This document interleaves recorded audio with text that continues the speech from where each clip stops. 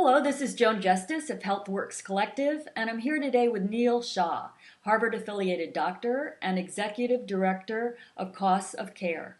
Neel and his team at Costs of Care have a mission to educate patients and providers to reduce healthcare costs. They've been featured on NPR and the New York Times, ABC Television, and numerous other publications and programs. We're real honored to have Neel with us today. And Neel, please tell us some more about Costs of Care, how you got started, a little bit about your background, and what you do. Great. Well, Joan, thank you so much for the opportunity to be part of this great series. You probably can't tell from the camera, but I'm actually holed up in a windowless room right now in a hospital call room. So most of what I do as a doctor is I see patients here in the hospital, and that's really what led to the creation of the nonprofit Costs of Care. It was that, just taking care of lots of patients for whom, medical costs are tricky for lots of different reasons. A lot of people assume that everybody knows that healthcare costs are expensive, but I think that there's a perception sometimes that people are insulated against it just because they have health insurance. As we know, there's a lot of people that don't have health insurance, but then there are plenty of people that do who are still not necessarily protected fully from the consequences of medical decisions that aren't a good value, a good bang for your buck. And one of the things that really motivates me is that we know that there's about $750 billion that we spend every year on tests and treatments that don't help people get better. Right.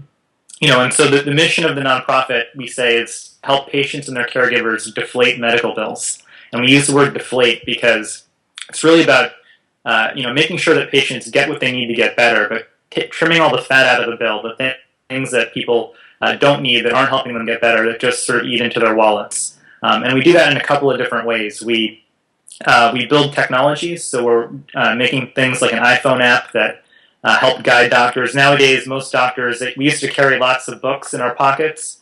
You could always tell who the young new doctors were by how many books fell out of their pocket when they leaned over. And now all of that is on our phone. So, in the same way that we look up drug dosages on our phone, we're creating the ability to sort of look up prices and value information that can help guide your patients. We do a lot of curriculum development and education work to help train doctors think about cost for their patients. Good. Increasingly, we're finding that patients are coming to their doctors and they want to know what things cost, and doctors just don't have the skills or the training or the support to be able to integrate that into their decision making. So we're helping to build that in.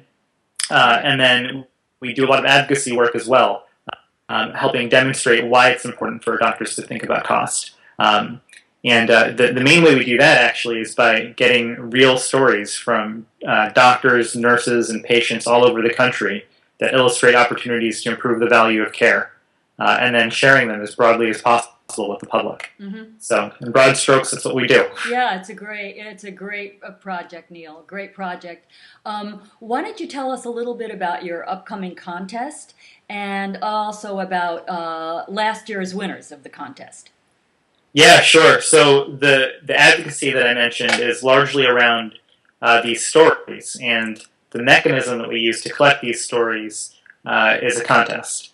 So we have fantastic judges. We have people that sort of represent different leadership areas within healthcare. We have Donna Shalala, who's the former Secretary of Health and Human Services, I think the longest serving Health and Human Services Secretary ever.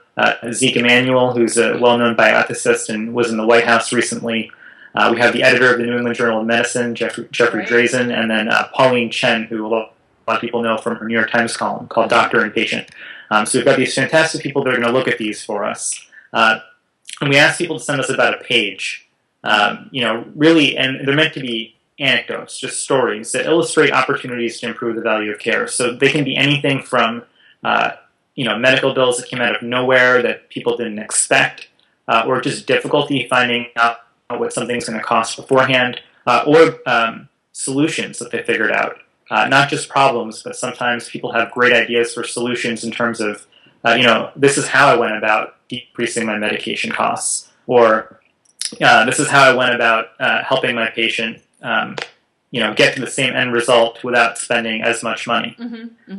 And so, we have great examples on both sides, things that went wrong and things that went really well. We have Some of my favorite stories of it. We have a patient who got an unnecessary CT scan. She had some neck pain. The doctor was pretty sure what the diagnosis was, and regardless, was pretty sure that it would probably get better on its own without doing anything further. But she ended up getting a CAT scan, and you get insurance, so I think the doctor never really thought about it very much, and the CAT scan was paid for. But I ended up labeling her with a pre-existing condition because he had to put a reason for getting the CAT scan on the order form, and the next year her insurance premium skyrocketed and became unaffordable. And I think often what happens is that this illustrates how doctors and patients, they might come to a decision and the effect might not be there until much later, and they might not always know about it. So we thought that was a good opportunity to sort of bring that to the forefront and get people talking about it. On the flip side, we had a story from a medical student, actually, who figured out how to treat heart failure on a $100 budget. That's amazing. I read that one, yeah. Yeah, it's incredible. She had a patient that came to her, and they knew the patient had congestive heart failure, that every once in a while they needed to go into the hospital. And this was a patient who was fairly savvy. They knew what it meant to be sent to the emergency room. They'd paid out of pocket for it before, and the patient was just refusing to go, so they had to be creative. And they ended up really figuring out that she never needed to go to the emergency room in the first place, that all they needed was a chest x-ray and a medication. And they got her better and avoided a couple $1,000 bill. Yeah, those are amazing stories. Yeah, really amazing stories. We've gotten hundreds of these that come from all over the country. The ones that get me really excited, there's the really egregious bills that people get, but the ones that get me really excited are the really routine stuff. So you didn't have to have something horrible happen to you. Sometimes it's just something as simple as I didn't realize there was a generic medication for the same thing, and I saved $100. And when we get the same story from 5 different states, it means that there's something really powerful happening. So Great.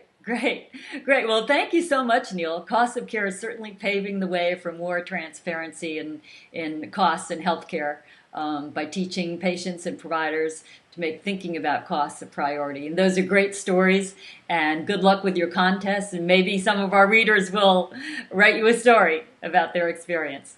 Thanks so much, Joan. Okay, great talking to you. Okay.